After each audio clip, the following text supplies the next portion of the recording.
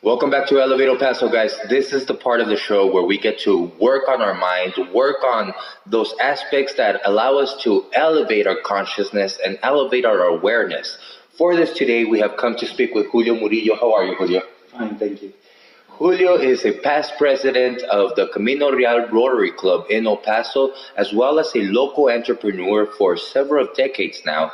And we're here to see what his experience has been working in El Paso, as well as the philanthropic work and the dynamic that the Rotary Club does. Julio, how long have you been in business in El Paso? In El Paso, 20 years. 20 years. Wow. So you've gotten a really good grasp of what it's like to deal with the local people. Yeah, exactly. Tell me what the difference is in your experience dealing with El Pasoans in regards to business as opposed to dealing in other cities. Well, El Paso, it's a big community because we have to add Juarez in it. So it's a little different than in another city. Over here, you have to think that if you're dealing with, like example, myself, that we have a company that is in Mexico too, here in the United States, that is very different experience of dealing with people and have both languages and stuff like that. Yeah, excuse me. Without a doubt, it does have a very peculiar dynamic where there's certain zones for manufacturing that fall into NAFTA. There's a trade that goes on between both cities that integrates us almost as if we are one. Tell us a little bit about your experience and how it's been, how you've been able to expand in your business. Okay. Yeah, well, most of the, like example, Juarez, they have it's a great place to have the program of the maquila right now. We have around 400 maquilas in Juarez. Those maquilas, they're not just from the United States, from a lot of parts of the world. So you have a lot of things to do becomes of logistics and import and export and stuff like that. So most of our customers that we have, there are customers that they are sponsor. They distribute all the products to the maquilas in Mexico. So there's a lot of companies growing very fast because of these maquilas, and it keeps growing. The Chihuahua state. So it's pretty good for us.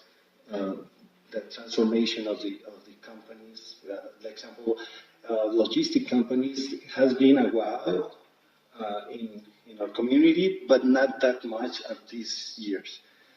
These past 3 years, everybody do logistics. So it's very unique time because we bring stuff from China, from different parts of the world that go into Mexico and vice versa. So without a doubt, it's been something where the competition is starting to get a little more strenuous here. Yeah, exactly. We became just as a custom brokers. We only did paperwork. Right now, we have to do all the logistics from door to door, because the demand of the new companies that new started working is huge right now. So tell me a little bit about how it's affected your business in regards to the border closing, the lines, and all the crisis that we have going on right now. Well, this is affecting very hard, especially my clients, because right now sometimes in another days you'll be able to cross like maybe 10, 12 trucks a day. And right now, if you're lucky, you can be able to do 5, 8. It depends. It depends on the customer and the ability of the trucks. So it's affecting very hard to our programs, our community, our everything is affecting, especially for the transportation companies, because they have trucks, standing on the line at the border 24 hours before they cross. So it's very difficult. Wow, I avoid going to Juarez because of the 2-hour lines. I can't even imagine the 18 to 24-hour lines. No, yeah, you have to stay asleep on the truck so be able to have a spot the next day. So it's a very difficult situation. That is nuts, and God willing, we'll be able to get this crisis resolved pretty soon, and everything goes back to normal. Julio, let's go and talk a little bit about the Rotary Club and your involvement with them. Which Rotary Club are you a member of? It's Camino Rotary Club. It has been here in El Paso around 8 years right now. We do all of our work that we do in Camino Real is for global grants. Most of the work in the local community. Wow, that's excellent. And the Rotary Club has a great dynamic where you guys are there to help each other out and network, and at the same time look for philanthropic programs that you could carry about. How many Rotary Clubs are in El Paso? 8. Right now there are 8 Rotary Clubs, and exactly we do a lot of networks between us, especially between our club. We are 45 members, but we also do a lot of networking with the other clubs. And tell me what it takes for somebody to become a Rotarian. You have to be invited by a Korean Rotarian. You have to be invited. You go to 3-4 sessions in a row, and after those 3-4 sessions, you can fill out. It's just a simple document, so we can know you. So the reason because we do that is because we want you to know us too. If this is the right club for you, you have to feel comfortable. You have to like the people that are in your club, so you can do your work there in the club. So that's why we do those 3-4 meetings. As a president, tell me a little bit about what your role was. Okay, as a president, we have to. Our main projects, they are the Corazón de Niños project, and we have another one that is Casa Sol de Sanapra in Mexico, and surgeries of the arms, exobrachial.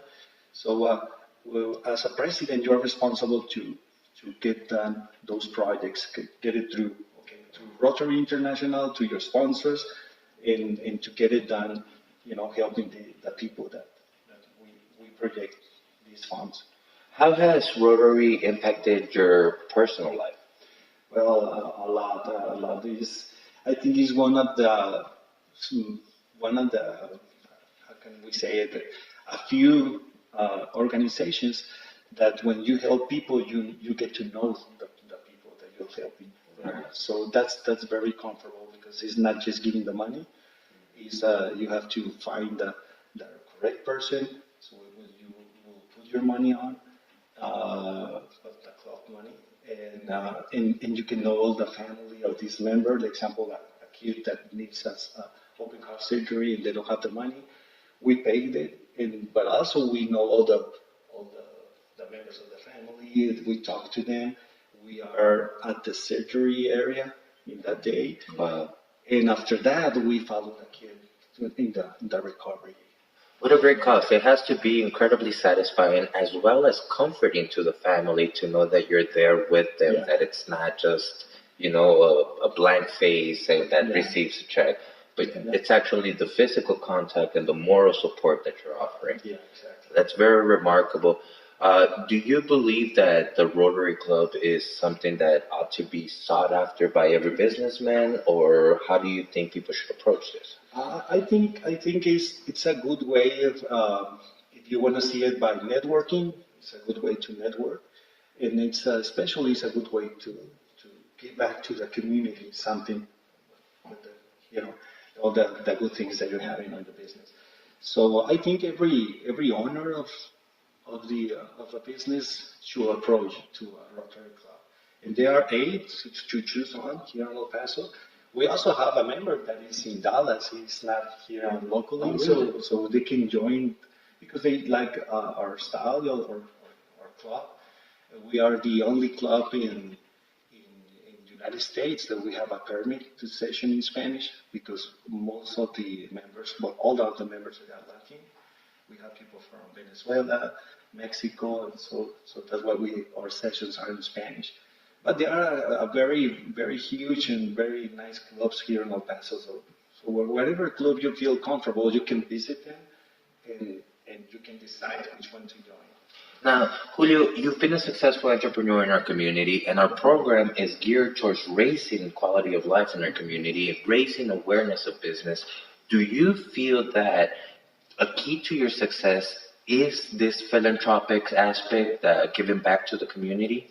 In the past years, yes. In the past, I've been entrepreneur for 25 years, but here in El Paso 20. In these last maybe 8 to 10 years, being in this kind of clubs, it helps me a lot to my business. For example, we have in our members, we have accountants, we have attorneys, we have every kind of work. So we support with one at each of them. So it's a good support for. And aside from the actual networking, do you feel that this is a mindset that we need to have as a businessman? Every business out there should have the mentality that they need to find a way to give back? Yeah, I think I know that most of the companies they give back, but they give a check, they go to the church maybe, and they give some money there. But this is the way where they can feel it, and they can be sure what's his money going on. And maybe he will get in love with the projects or the kind of projects that he is supporting, and maybe he will do more. So you never know. Like example, we with the club, we've been going to outside of the country. For example, we went to Sweden a few months ago. Wow. And we met some Rotarians there. They came the past month over here to El Paso to visit us, and we're doing networking with them. Also, we are getting these clubs as a sponsors for the projects. So there's a huge way to grow. Tell me about Sweden. How was the dynamic there? They have a very peculiar political system. How do you see the quality of life in their citizens? It was great. I love that country, but it was my first time there. And the quality of life that they have, I think it's great. You don't see those huge houses, but you don't see either those modest houses. They are kind of almost live the same way, but obviously they have castles, they have, Right. because it was the story they have, right? But we met, like example, people from Sweden that they own a castle in, Wow. and they are very simple people. They are very kind people. They are people that the Rotary members in Sweden, they are growing very fast. They are as big as the ones here in our district. Yeah. So in they are a smaller country. Did you get a sense of their perception in regards to America? Oh yeah, well they have all the immigrants issues. They because the past story of that country, Sweden, they have a lot of things going on with the immigrants, and some of the countries they used to be a big country in terrible parts, and so they know a lot of things about immigration and all that, and they support it. So they agree for the immigration people. They would love they love to have those kind of immigrations in Sweden. Wow. But it's a very small country, so they don't Right. they cannot support it. So Yeah. but they agree that United States goes for immigration policy that goes very well for the immigrants. That's very interesting. I think perhaps it does have a lot to do with the fact that their size is so limited, and that political system seems to have been a great experiment there. Probably the most successful example we have, in fact. There are 9 million people in Sweden, and they have companies that are all over the world. A lot of companies, and then they export everything outside their country, and it's a good country to take an eye on them. It's something to think about when the economy is that small. Perhaps in such a socialist experiment could be successful. Not quite sure in our size it would be the same story, but that's great to hear, and it's interesting to hear how their perception of us is as well, and how they feel that immigration would be a good thing. especially after their history. Yeah. That's very interesting. Julio, thank you so much for all your advice and all the conversation. Before we go, is there any advice you have for, our culture, our people, our faults as well as our virtues? Keeping that in mind, what advice do you have for those that are trying to get started in business and be successful? Okay.